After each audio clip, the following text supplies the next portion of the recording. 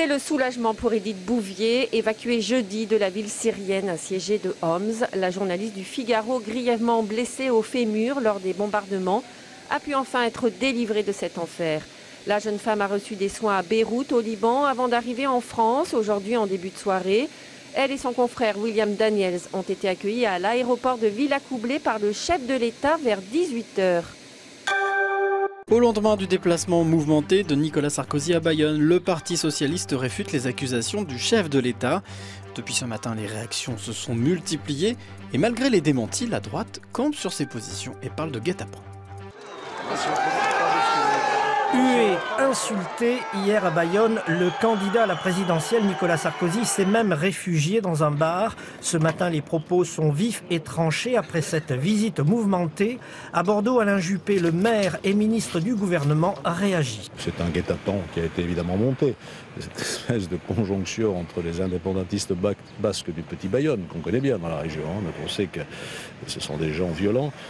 Et d'autre part, les militants socialistes qui affichaient clairement la couleur, puisqu'ils brandissaient des tracts Monsieur Hollande. C'est une très mauvaise façon de faire campagne. Sur le passage du cortège du candidat Sarkozy, des personnes ont brandi le programme de François Hollande, son principal adversaire. En tout cas, le camp socialiste réfute la responsabilité des incidents. Ils voulaient venir dans la rue. Nous étions aussi dans la rue parce que nous sommes aussi des militants et nous aussi, nous soutenons notre candidat. Donc tout s'est passé normalement et il n'y a eu effectivement, moi je tiens quand même à l'indiquer, aucune violence. Du côté des organisations politiques et associations basques, l'amalgame permet au candidat président de tirer profit de la situation. Visiblement, cette exaspération s'est manifestée hier dans les rues de Bayonne et de manière totalement pacifique, contrairement aux manipulations à laquelle cherche à se prêter l'UMP aujourd'hui. Nul doute que dans ce contexte tendu, la réunion publique prévue demain samedi à Bordeaux sur le thème pourtant de la République sera placée sous haute surveillance. Si à Florange, le dialogue s'est renoué aujourd'hui entre syndicats et direction d'ArcelorMittal en comité central d'entreprise. La reprise de la filière liquide n'est pas encore au programme. Tant que les commandes ne sont pas suffisantes, les salariés restent au chômage partiel. L'idéal, c'est quand même de donner une date. Après, travailler comme ça à la semaine, à 3 semaines, à 1 mois, 2 mois, c'est pas viable, c'est pas possible. Comme je le répète tout le temps, il y a des salariés derrière. C'est pas OK, il y a de l'industriel, OK, il y a du financier, mais il y a des hommes, il y a des humains. Action coup de poing aujourd'hui des salariés. Ils ont bloqué l'approvisionnement en acier du site en occupant la gare de triage d'Ebange, puis ont étendu leur action à l'ensemble du réseau SNCF avant d'être évacués par les CRS. Le sous-préfet de Thionville est accueilli au son de la Marseillaise. Il est tout juste 13 h et cela fait 2 heures maintenant que ces salariés d'ArcelorMittal bloquent les voies SNCF. Le trafic TGV et TER est suspendu entre Metz et le Luxembourg, mais pas question pour les manifestants de lever le camp. Le président n'a pas tenu ses promesses. Nous, l'intersyndicale, on tiendra les nôtres. Et nous, on est candidat à rien. Eh bien, ce que je vous demande dans l'immédiat, c'est de débloquer cette voie ferrée. La discussion ultérieurement. Près de 70 gendarmes mobiles encerclent alors les sidérurgistes. Les manifestants sont repoussés en une demi-heure. Un militant CGT est toutefois légèrement blessé dans la cohue.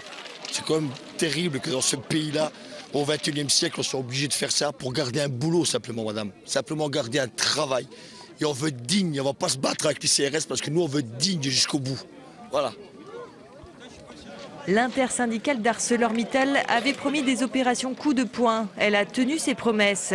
Un peu plus tôt dans la matinée, les salariés avaient commencé à bloquer la gare de triage d'Ebange, un lieu stratégique de l'usine où transitent des dizaines de trains de marchandises chaque jour. Aujourd'hui, les trains sont restés à quai. Ce qu'on constate maintenant, c'est qu'il y a Corus qui est ennuyé et qui va arrêter. On constate aussi que le train à chaud, il ne sait plus où mettre les bobines, il va arrêter aussi. Donc le fait d'arrêter quelques heures la gare, ça provoque déjà des arrêts de production. Voilà, en fait c'était le but aujourd'hui, c'était de montrer à M. Mittal, regardez ce qu'on est capable de faire en quelques heures. Alors imaginez si on fait ça pendant plusieurs jours. Dès lundi, l'intersyndicale prévoit d'autres actions. Pas question pour les salariés d'ArcelorMittal de relâcher la pression tant que les hauts fourneaux de Florange ne seront pas prêts à redémarrer. Nouveau règlement de compte hier soir à Marseille. Un homme de 25 ans a été abattu d'une balle en pleine tête et une femme de 39 ans est décédée des suites de ses blessures à l'hôpital.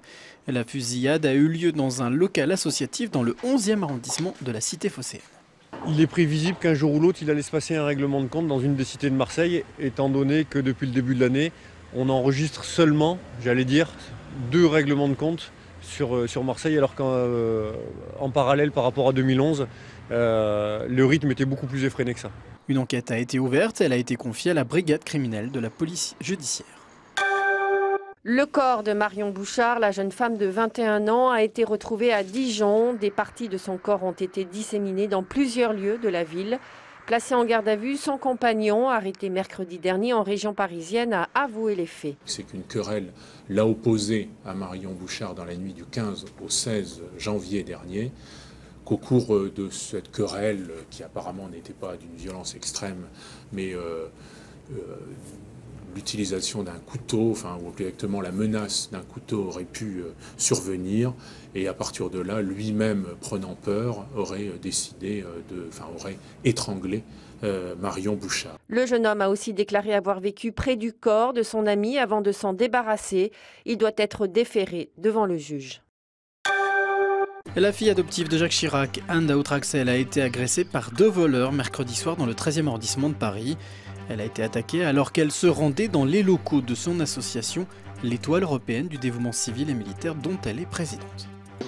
Anne Daoud-Traxel n'a rien changé à son emploi du temps.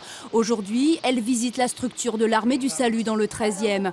Il y a 2 jours, la fille adoptive de Jacques Chirac a été agressée dans le même arrondissement par 2 individus. Elle s'en sort avec plusieurs ecchymoses et 7 jours d'ITT. Encore choquée, elle réagit sur le ton de la colère et dénonce une augmentation des agressions contre la communauté asiatique. Parce qu'elle est toujours restée repliée soi-même et c'est pas bon. Et je leur fais comprendre que moi-même maintenant je suis victime. Il faut absolument, même qu'il y a chaque fois, chaque agression, il faut absolument dénoncer et porter plainte. En France, il n'existe aucune statistique qui vise en particulier une communauté. En termes de délinquance, la situation du 13e est comparable aux autres arrondissements de la capitale. Moi, j'ai interpellé fermement le ministre de l'Intérieur quand il s'est rendu dans l'arrondissement pour lui dire qu'effectivement, il y avait des agressions et que quand on faisait diminuer le nombre de policiers qui sont dans les rues et à Paris, il ne fallait pas s'étonner aussi qu'on laissait la place aussi à la délinquance et qu'elle risquait de prospérer. Le thème de l'insécurité est toujours un thème sensible en période électorale. L'agression de la fille adoptive de Jacques Chirac trouvera peut-être un écho particulier compte tenu de sa personnalité. L'éthylotest est obligatoire dès le 1er juillet prochain à bord de toutes les voitures. Dès l'annonce du décret, les conducteurs n'ont pas traîné pour s'équiper du petit appareil. Dans le Nord-Pas-de-Calais, les pharmacies sont d'ores et déjà en rupture de stock. Ça devra désormais devenir un réflexe, avoir toujours dans sa boîte à gants un éthylotest, sous peine de se voir infliger une amende de 11 €.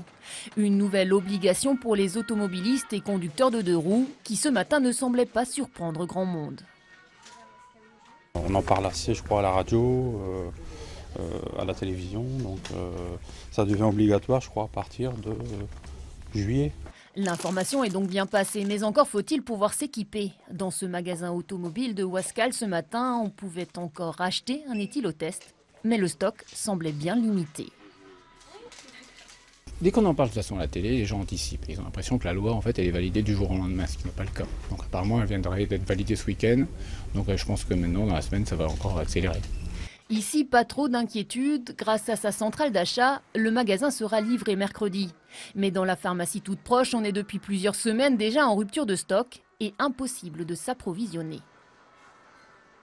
Nous, partout où on appelle et où on commande, aucune disponibilité. Enfin, tout au moins pour les pharmacies. Un problème d'approvisionnement déjà connu en 2008, lorsque Triangle et Gilets jaunes étaient devenus obligatoires. Le législateur a d'ailleurs prévu le coup. Ce n'est qu'en novembre que les premières amendes seront dressées. Pas sûr que cela suffise à convaincre les automobilistes. Je trouve que c'est encore des frais pour l'automobiliste, parce que tous les véhicules devront être équipés d'un éthylotest et bien sûr à la charge du conducteur. Vous croyez vraiment que ça va servir à quelque chose ? Honnêtement non, parce qu'il y aura toujours des gens qui voudront boire et qui prendront leur voiture après. En France, 31% des accidents mortels sont aujourd'hui encore dus à l'alcool. Après Ikea, c'est au tour d'Euro Disney d'être soupçonné d'espionnage. Le parc d'attractions est accusé d'avoir mené des enquêtes sur des candidats à l'embauche. Visé par des menaces terroristes, le groupe tente de se justifier en évoquant la protection de sa clientèle. Pour les syndicats, ces enquêtes sont inadmissibles. Je pense que ces enquêtes avaient été menées pour peut-être savoir quel était peut-être le passé syndical peut-être des salariés, les futurs embauchés ou d'autres passés. En tout état de cause, c'est des faits qui sont totalement répréhensibles et qui, j'espère, c'est les personnes qui ont mené ces enquêtes vont être condamnées et ceux qui les ont commanditées vont être aussi condamnés. 3000 futurs employés ont fait l'objet d'une enquête sur leur passé judiciaire. La direction d'Euro Disney devra répondre de ces actes devant le tribunal correctionnel de Meaux dans les prochains mois. Ségolène Royal a remis une voiture électrique Mia flambant neuve à l'Office du tourisme de La Rochelle. Cette cérémonie de présentation lui tient à cœur. La présidente de Poitou-Charentes a en effet investi 5 millions d'euros par le biais de la région dans ce projet porté par une entreprise locale. Cette PME innovante est dans la région. Elle a failli disparaître. Aujourd'hui, il y a 300 salariés. Et donc le combat aujourd'hui, c'est de conquérir des marchés. Conquérir de nouveaux marchés comme les pays du Golfe qui s'intéressent depuis peu à la petite citadine électrique. Un automobiliste qui circulait entre les communes de Tenay et d'Argis dans l'Ain est mort sur le coup après la chute d'un bloc de montagne hier en début de soirée. Un éboulement visiblement dû au dégel. Explication. La façade de la maison est totalement éventrée. Encastrée dans l'habitation, on distingue une partie du rocher. Un peu plus loin, emporté dans l'éboulement, cette voiture qui circulait. Son conducteur, un homme d'une cinquantaine d'années, a trouvé la mort. Il est 18h hier soir lorsqu'un bloc de 50 tonnes se détache de la falaise. En contrebas, les propriétaires de la maison entendent comme un bruit d'explosion. Ils s'en sortent miraculeusement indemnes. Tout tremble, il y a eu un bruit. Ma télé a fait un saut énorme. Et après, ça s'écroule devant vous. Culant contre la rivière, après, j'étais en sécurité. Enfin, sécurité. C'était plutôt me sauver, quoi. On réfléchit pas, quoi. Ce matin, un expert de la brigade de recherche géologique et minière a effectué les premières constatations. Il a survolé en hélicoptère la falaise concernée pour expliquer les raisons de l'éboulement. C'est lié à la dégradation naturelle du rocher, dans un contexte, on va dire, saisonnier, où on sait qu'on a pas mal de gel-dégel, et puis on a eu aussi de la neige. Et donc ces paramètres-là peuvent être les facteurs déclenchants, mais c'est avant tout la dégradation et la vie naturelle des falaises qui fait qu'on a ce type d'événement. La commune est classée en zone rouge sur le plan de prévention des risques d'éboulement. Mais le quartier est isolé et le maire reconnaît son impuissance. Depuis 17 ans, la commune a fait son plan de protection contre les chutes de rochers, mais qui inclut les zones d'agglomération. Or là, on est dans une zone plutôt de maisons isolées et il n'y a pas de protection particulière ici, alors que sur tout le reste de la commune, il y a soit des filets de protection, soit des merlons qui sont des paravalanches en quelque sorte. La route coupée à la circulation doit être rouverte aujourd'hui. Dans les jours qui viennent, la falaise doit être purgée pour ôter tout résidu de bloc qui menacerait de tomber.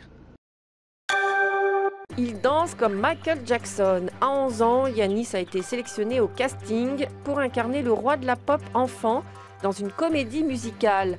Ce fan de la star américaine va devoir convaincre le jury le 11 mars prochain qu'il maîtrise le moonwalk comme personne.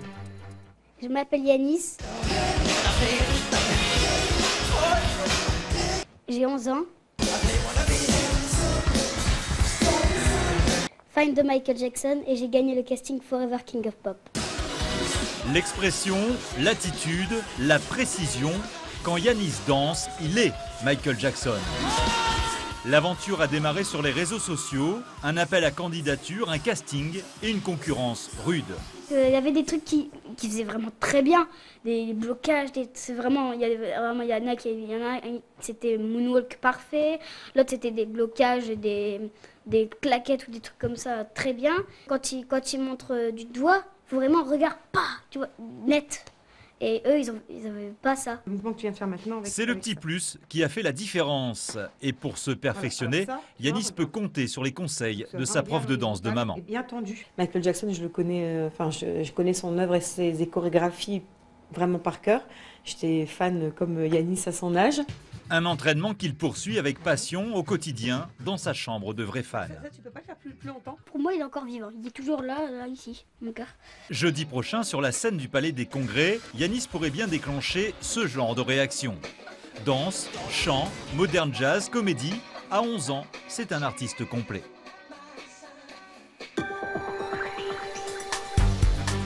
Tout de suite, l'édition des locales après la météo.